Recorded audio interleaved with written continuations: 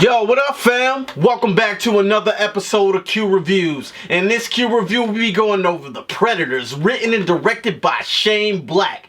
Now this is the fourth Predator movie put to screen. We had the 1987 Schwarzenegger classic Predators. We had Predator 2 starring Danny Glover. The 2007 Adrian Broder slept on one, Predators. And now we have The Predators. Alright, this movie has an all-star cast. Boyd Holbrook, Keegan-Michael Key, Olivia Munn, Thomas Jane, Devontae Rose, Sterling K. Brown, just to name a few. So this cast is stellar. Now the plot is a little convoluted, so I'm gonna do my best to attempt to explain it. A predator ship crashes to Earth.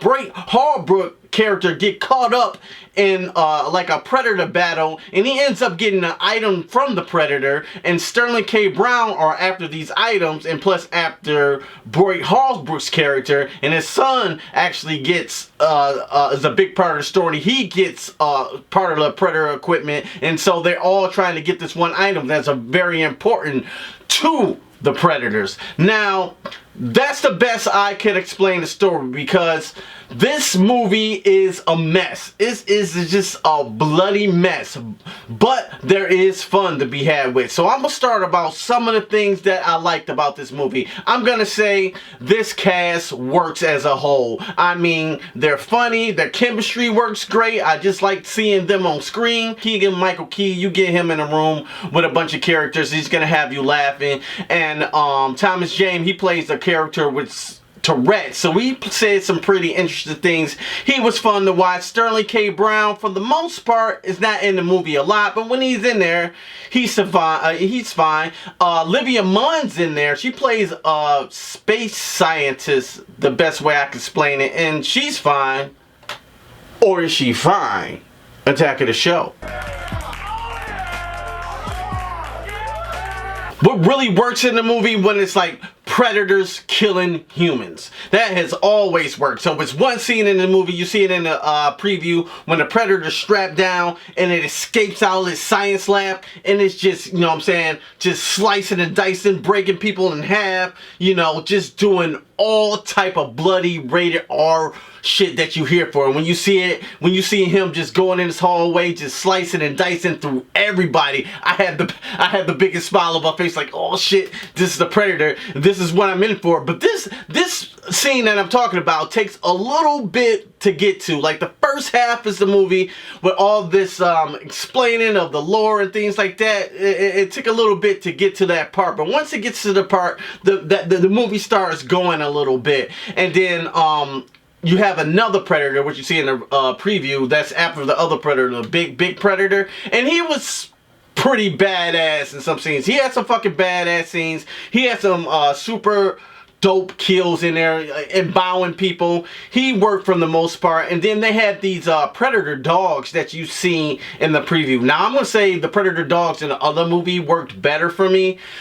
They were a bit more menacing, if you know what I mean, because like it's one part in the movie that they do something to a dog and it's like disoriented the whole movie, and it didn't do anything for the plot. Like, why is this fucking stupid Predator dog here? It's like in the scene. It's almost not even like Jurassic Park Blue. It's just kind of there, and it threw me off of the movie a little bit. And that's what I'm talking about, throwing me off of the movie. Like, this movie is messy as fuck. There are huge plot holes, how characters get from here to there, or how they got certain stuff. And then this is fucking kid in this movie. He is like, they tried to make him, which I was afraid of, the main plot of the story. So he has autism, and he gets a hold of Predator equipment, and then all of a sudden he knows how to work it. He's the one to make the ship crash, you know what I'm saying, in the beginning of the movie. I guess that's a small spoiler, but not really.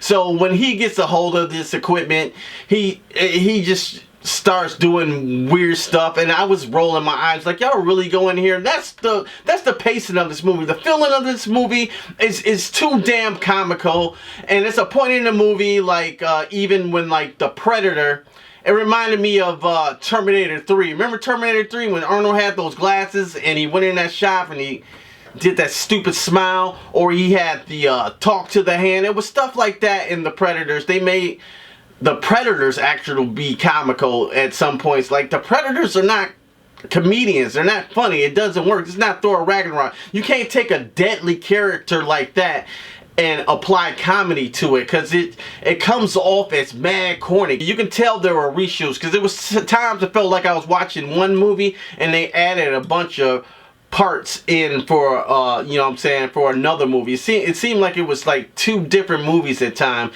and times it just didn't work. It just didn't feel balanced. It kind of felt all over the place, if you know what I mean. But for the most part, it's drunken fun. Like, you can go into this movie if you're a fan of the Predators, if you know they're not gonna take it as serious as some of the other Predator movies. I mean, it's better than Requiem or Alien versus Predator. You know what I'm saying? They still, the rated R kills are turned up, so that was, you know what I'm saying, entertaining to watch. I was entertained. That brings me to another negative. Like, some of the scenes of the practical Predator, when he's in the makeup and he's got the suit and you know what I'm saying, his mouth is coming out with the Predator thing, it looked awesome when it's practical. Now this huge other Predator is all CG, and I didn't think that worked all the time. Some parts he was like hanging upside down, it was a close-up of his face and it was all CG, and this towards the third act and it looked bad. And a lot of special effects and the third act just didn't look that hot. They looked real sloppy,